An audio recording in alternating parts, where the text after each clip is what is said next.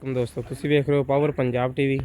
तो दोस्तों अज तुहाडे वास्ते 4 झोटियां लैके आए हैं, 3 दूजड़ा ने, 1 झोटी पहलों ने। उम्मीद करांगे तुहानूं बहुत पसंद आनी है। वीडियो पसंद आवे उन्होंने लाइक भी करो, शेयर भी करो। यह झोटी है पहले नंबर पर, बिल्कुल बहुत सोहनी खूबसूरत झोटी है। चंगे वजूद वाली झोटी, चंगा खून वाली झोटी है, चंगी चढ़ेबाज झोटी।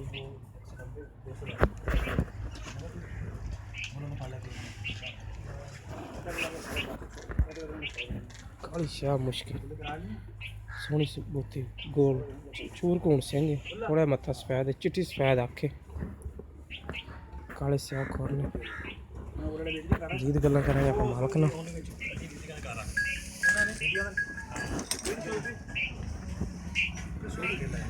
देखो फुट दा थान, फुट दियां विरलां ने, थान दी विरल चंगी विरलां दे थान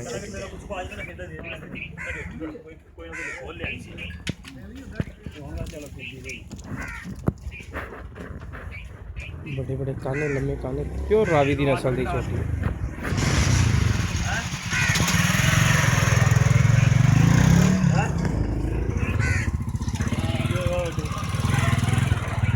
चंगा चौड़ा पुट्ठा झोटी का, बंदे दे सिर जिन्नी उच्ची झोटी। एक इहदे नाल तुहानूं दूसरे नंबर वाली झोटी दिखानी है। इहदा बच्चा पहले नंबर वाली दा। ਇਹ 3 सजरा ने, तीनों के बच्चे ने। इनके मगर कट्टी पहले नंबर वाली, मगर पहलन झोटी मगर भी कट्टी है। तीनों झोटियां ने, तीनों दी कट्टियां ने। है दूसरे नंबर वाली झोटी, थोड़ी वीडियो तो घबराती है इस करके।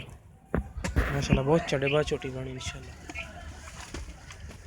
बस बस लम्मी बुत्थी, चूर कूण सिंह, चिट्टी सफेद आखे, बल्ब तरह माजदी माशाल्लाह। ना धुनी है ना घोड़ी है, नस्ल अगे देख लो केड़ी है। आ कमली बहुत चंगी पशम वाली झोटी, कद बुत वाली झोटी, मुठ मुठ का थाने तो फुट दियां विरलां ने, चंगियां विरलां दे थान लगे ने। चंगी लम्मी बूथी माजदी। बंदे ओपरे बंदे तो थोड़ा कर दी है ना।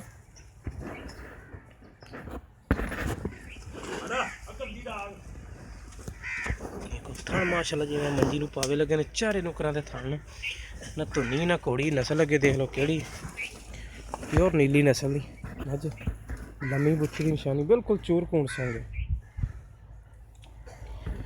चंगा मुठ मुठ दा थान है।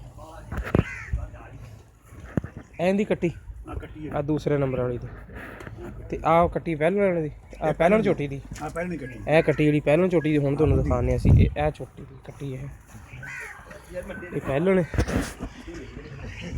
मुठ मुठ दा थान है, चंगियां विरलां दे थान लगे ने। काली स्याह झोटी जनाब, काली स्याह अखे, बिल्कुल चूर कूण सिंह। देखो बटन वाली झोटी है, देखो बटन भी है इन्हें, बहुत खूबसूरत झोटी, प्योर नीली दी है भी झोटी, धुनी घोड़ी नूं भी है नहीं गी। थान दी विरल देखो झोटी दी, चंगी विरल ते थाने माशाल्लाह। इन्ना मुकम्मल कर दे झोटी का। इनके पिछे भी कट्टी, तिने पिछे कट्टी जी सूइयां ने। बाकी मजीद गल्लां करांगे तो मालक ने किन्ना किन्ना दुध देंदे पे झोटी ते बटन। यह चौथे नंबर वाली झोटी है, ये भी दूजन मझ, लम्मी बूथी, चूर कूण सिंह, थोड़ा मत्था सफेद, चिट्टियां अखां ने, एक अख काला डोरा। माशाल्लाह चंगी चढ़ेबाज मझ, देखो चंगा चौड़ा पुट्ठा झोटी का, खाना दी विरलां देख लो माशाल्लाह। चंगियां विरलां ने, चारे इक्को जिहा थान ने, कोई बड़ा छोटा नहीं, बुलियां विरलां दे ने। मझ जरा खड़ोती नहीं जगह ते, साइड पर भी विरलां, चंगियां पूरियां विरलां।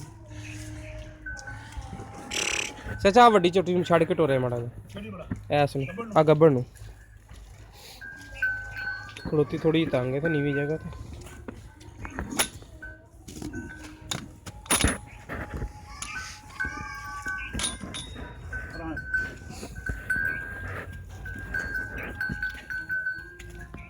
थोड़े टोरों में खुला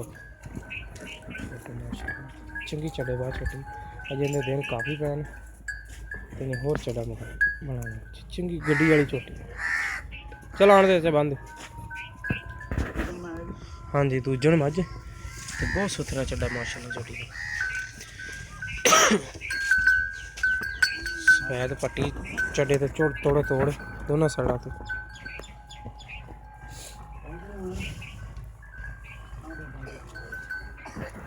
चंगी चौड़ी मझ तो एक चड्डा माल कहने कि सूह तक लैके जाएगी इंशाल्लाह